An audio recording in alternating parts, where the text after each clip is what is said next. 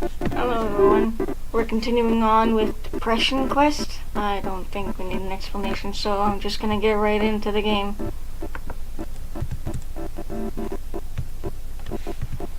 It's an early winter evening, and even though it's not particularly late, the time of year has lent the sky an almost prematurely darkened cast. Day after day, just like today, you trudge home from a job you have increasingly come to hate. On this day, your job misery seems to have reached critical mass, and not even shredding your rain-laden, uncomfortable work clothes help you to unwind from your work day. You collapse into your couch, blank and numb, while your job always seems to just be an unpleasant reality of existence. It was a position you sort of fell into unexpectedly, never intending to work there long term, and it's getting harder and harder to keep up. Well, it's certainly not your dream job. You've always just sort of stuck it out as necessity before, but it's becoming increasingly difficult to do that.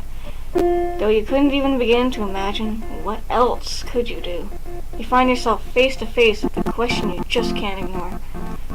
Is your complacency worth the price of this level of misery? What do you do? Well, there's only one thing we can do, so I guess we're just gonna do that.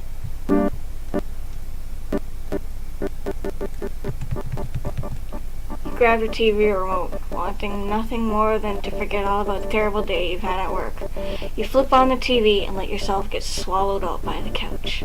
You grab your laptop to surf the internet while you watch TV, paying no real attention to either. You watch a few reruns of shows you're at best indifferent towards in a movie on that TV that's a few years old, all while you scroll idly through your Twitter feed. At the end of the night, you don't really feel any better, so much as you feel just numb, which is basically what you were going for anyways. Ultimately, it gets late enough that you tell yourself you should probably call it a night. You beat yourself up over the fact that you didn't accomplish anything this evening. But at least you managed to forget about your job for a couple of hours. As you fall asleep, you're acutely aware of the fact that a mere few hours sleep, you've got to do it all again.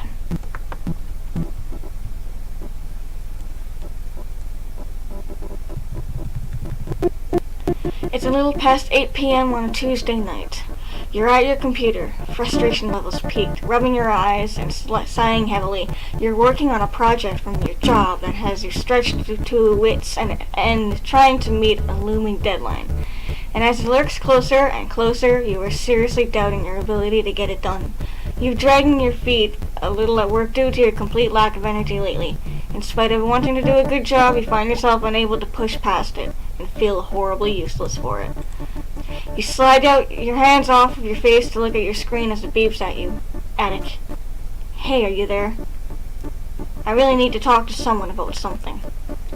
You feel like you're getting nowhere with your current task and you could probably use a break. However, you know that you have a history of getting distracted and then losing motivation to pick something back up again afterward. What do you do? Well, I guess we should answer Attic. I don't know. You're feeling like you've hit a brick wall with your task, so why not take a break and help out a friend? Hey, what's up? Oh good, you're there. I just found out I got cheated on. I don't know what to do. Oh no, that's horrible. The two of you talk for a long time and you lend a shoulder to your friend. You give him space to rant, to cry, and most importantly, to be able to voice his inner turmoil. You give him your full attention and take him through what his options are for what he does next. You keep him from doing something rash, and the two of you decide it's best for him to sleep on it before doing anything. Exhausted, he departs for bed and thanks you for being there to talk with him. As you close the IM window, you feel horribly sorry for your friend, but happy that you were able to help.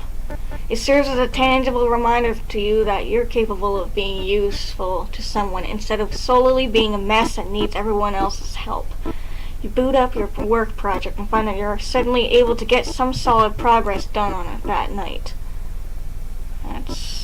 That's good. At least we're doing something. Excuse me. Pardon me. My ear's itchy. Sorry. That's gross. Yet another sleepless Thursday night. You're at Alex's apartment, wide awake in bed as she's sleeping peacefully beside you. She fell asleep hours ago, and you've been laying here unable to shut your brain up long enough to fall asleep. You've added the feelings of insecurity about your relationship to the rest of the noise in your head, keeping you up tonight. It was kind of a tense night between the two of you. You arrived after a stressful day at work, and as you made dinner together, you barely said a word. You were stuck in your own head and had a hard time really being present with her as your thoughts turned to all the ways you feel like you're deficient at being a good person, and beating yourself up mentally for each one. She told you she could tell you we're in one of your moods and said that she wouldn't push you, but missed talking to you as the two of you sat on the couch together. You wanted to tell her how much you loved her, but you couldn't make the words come out right and ended up sounding defensive instead. As you lay there next to her now, you trace your fingers across her arm slightly enough to not wake her. You still haven't explained your depression to her, and it's starting to feel more and more like a secret you're keeping instead of something she simply doesn't know about you yet. It's becoming more and more apparent that it's impacting your relationship with her, and you feel guilty about this. However, you're also terrified that if she knew exactly how fucked up you are that she would leave you. You already worry that she's only with you because she doesn't realize how terrible of a person you are yet, and you're afraid that this would be the final thing to expose you. She stirs in her sleep and squints as she opens her eyes. With the confusion that comes up with waking up, she asks if you're awake, and then if everything's okay. We're not telling her to go back to sleep. We're gonna tell her about the situation. You feel like a jerk for accidentally waking her up, but you're afraid if you put this off any longer that you won't find the strength to tell her everything later. No, actually everything isn't okay. Can I tell you something? Something important? Alex sits up, rubbing the sleep out of her eyes.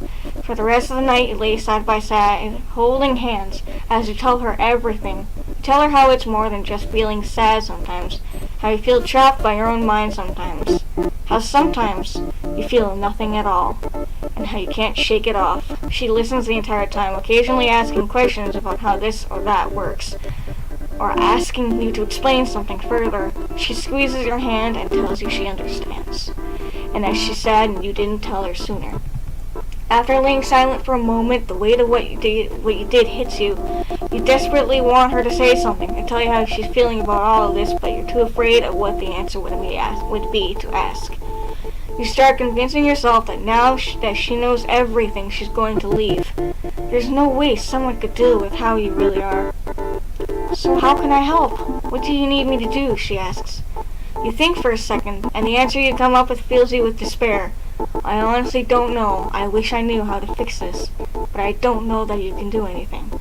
I think it's something I just have to live with. She looks at you with sad eyes before kissing you on the forehead. Aww, then I'll live with it with you.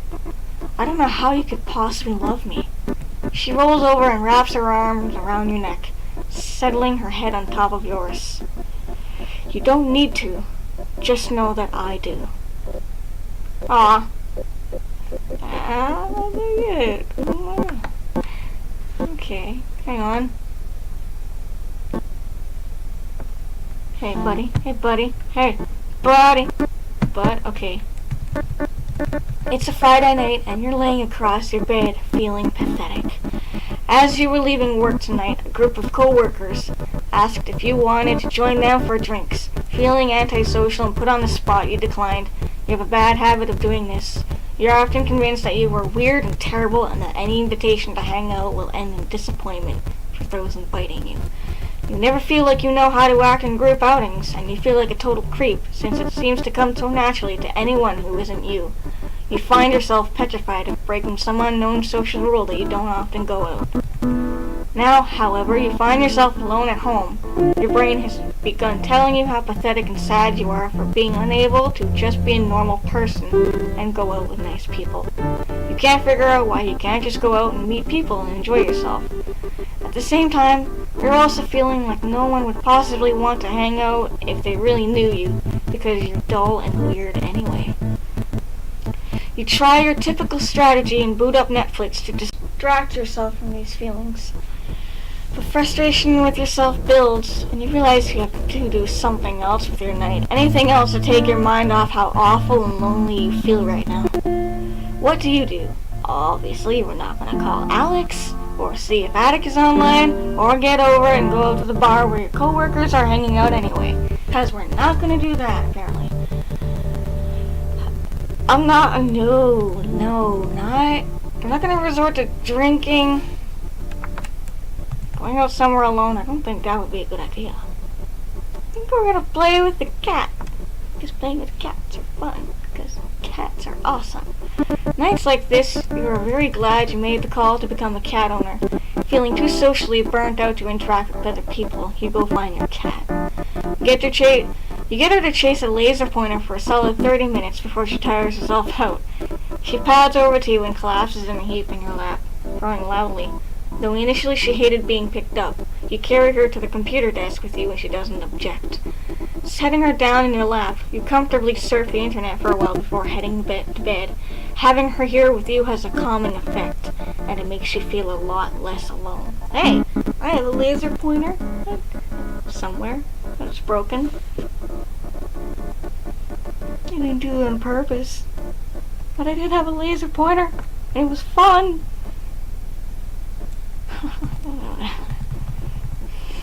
It's a cold Saturday afternoon. You just arrived at Alex's apartment and you're happy to see her after a week of absence due to your schedules not lining up due to work and school. You hug her in the doorway, but she breaks away sooner than normal and sits down on the couch as you take off your sneakers and lay them in the usual place, right next to hers. There's something I was hoping we could talk about, actually, she says. You feel anxious at hearing those words and move to take a seat on the couch. Your heart starts to race. Is this one of those we need to talk situations? Has you finally had enough of your baggage? Did the week apart make her realize how much better things are without you? Aw, that would be the worst thing that could happen here. I hope she doesn't do that. She sits down across from you on the couch, and you can tell by the look on her face that she isn't looking forward to saying what she is about to do. Whew. English. Still not good. And you feel your grip tighten on the couch cushion. So she starts. She breaks eye contact and takes a deep breath, which spikes your anxiety. I refuse. I don't want to read it. Nope. I know what's gonna happen. Fudge. Alright, I guess. So, things with us have been kind of felt weird lately. It's like you've been really distant, and I'm not sure how to take it. I guess I just wanted to make sure you still want to do this. She noticed you gripping the couch. I know you have difficulties with your situation, She looks at your face, seemingly searching. I don't know how much it has to do with it, or if it has to do with me, or... I just want to know where we stand. She looks at you with uncertainty, and you can practically see the knot of pain in her chest. You try to rein in your knee-jerk reaction to run. Unsure what to say to that, your mind races.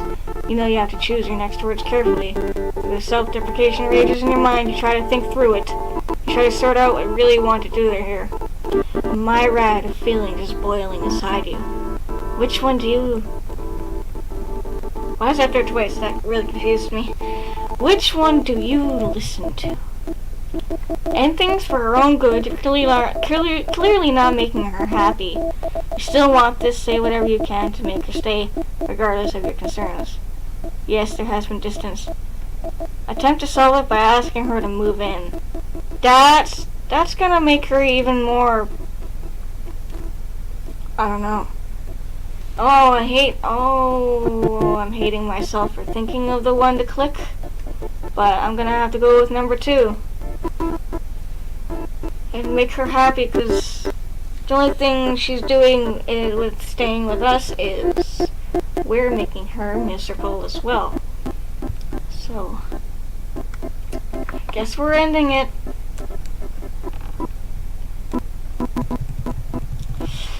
You look at Alex's face and you feel your heart break. You never meant to hurt her and you were torn up or you've caused her pain. It's an expression you're not unfamiliar with. It's one you've seen flash across her face many times during your time together. You can't help but feel like you've let her down, like you're a weight around her ankle. You're hit by this overpowering feeling of failure. You're supposed to be her partner, an uplifting influence on her life, not dragging her down to where you are. You think about the future. Where is this going anyway? You're not sure if you could ever be what she needs.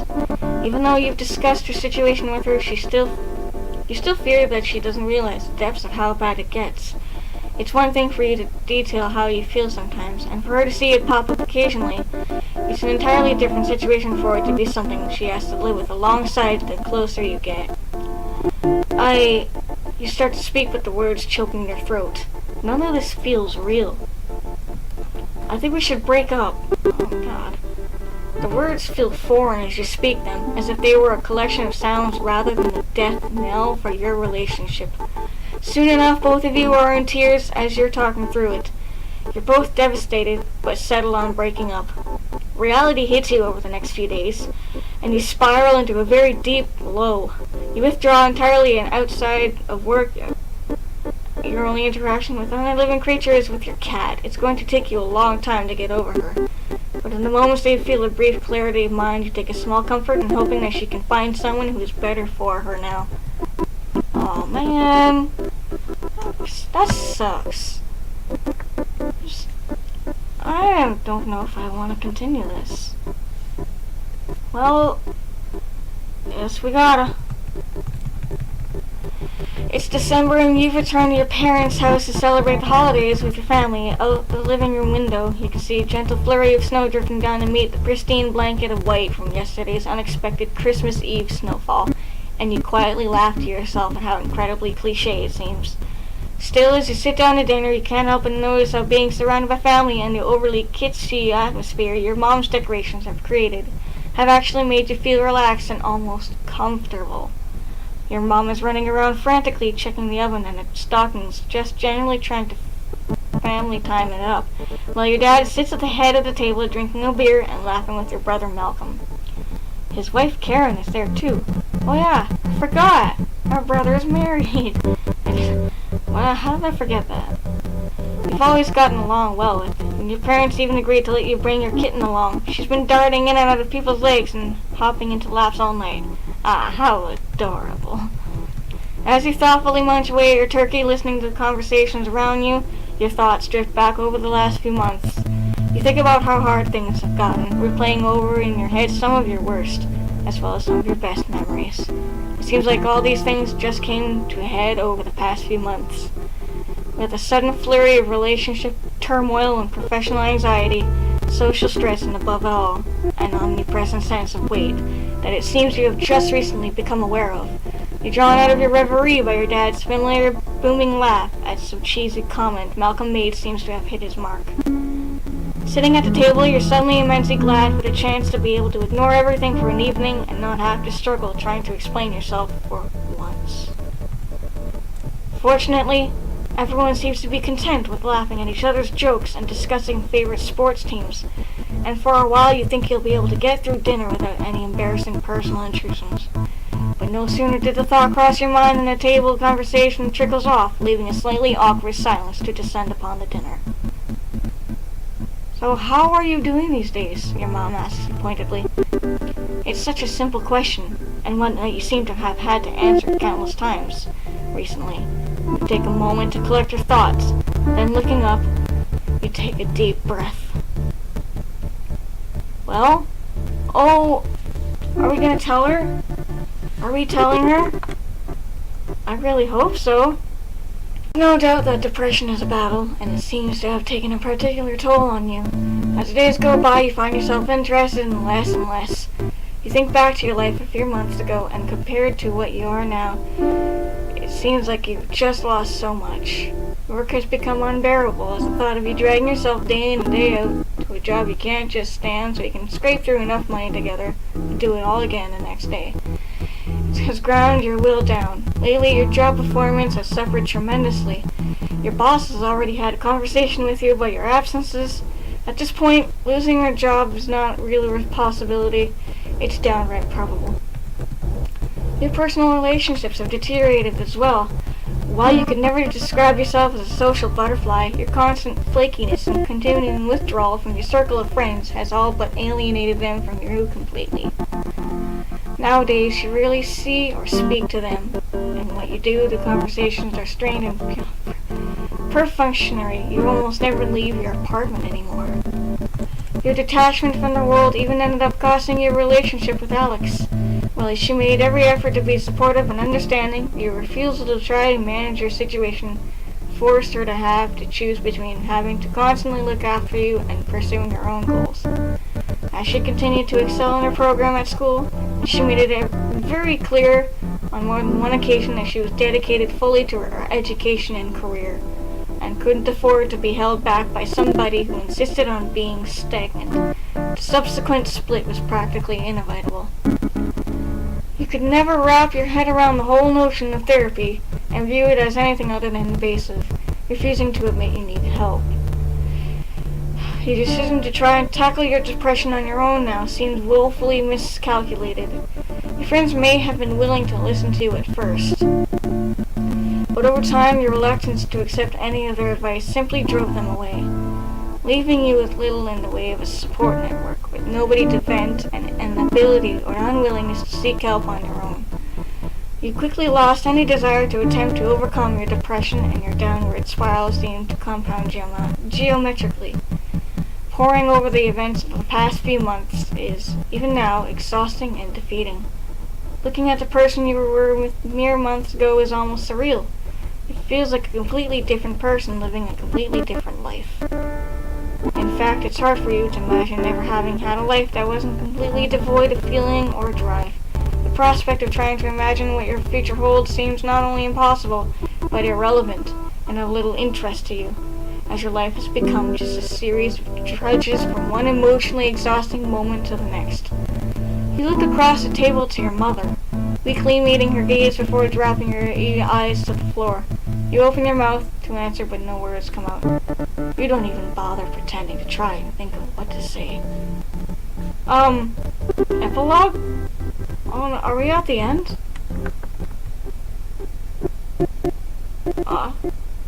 We really want to thank you for the time to play Depression Quest. We really realize it may not be the most enjoyable game you've ever played, or even the easiest, and we sincerely appreciate your involvement. Like depression itself, Depression Quest does not have an end, really. There is no neat resolution to depression, and it was important to us that Depression Quest's own resolution reflect that instead of a tidy ending, we want to just provide a series of outlooks to take moving forward after all. That's all we can really do with depression. Just keep moving forward, and at the end of the day, it's our outlook and support from people just like you that make all the difference in the world. Thanks again. Well, that looks like that's the end of the game. I mean, that wasn't fun, but it was an interesting adventure to go through, playing Depression Quest.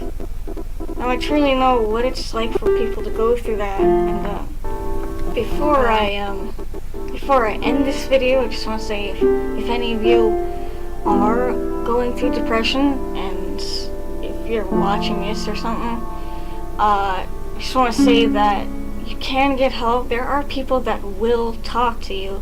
Like, I don't know if this is a actual thing, but there's crisis text line.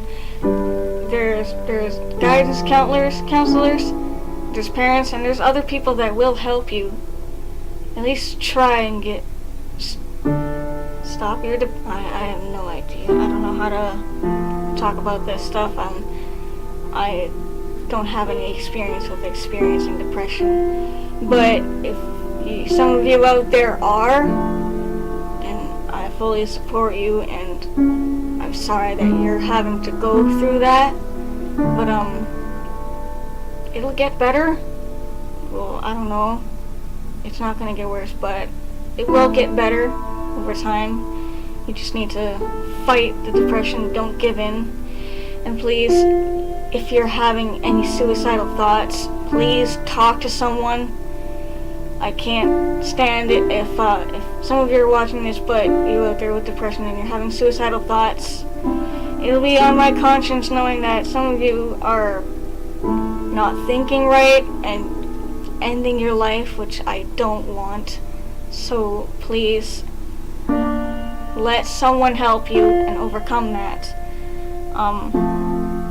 I don't know how to end this. It's not a very cheerful game, but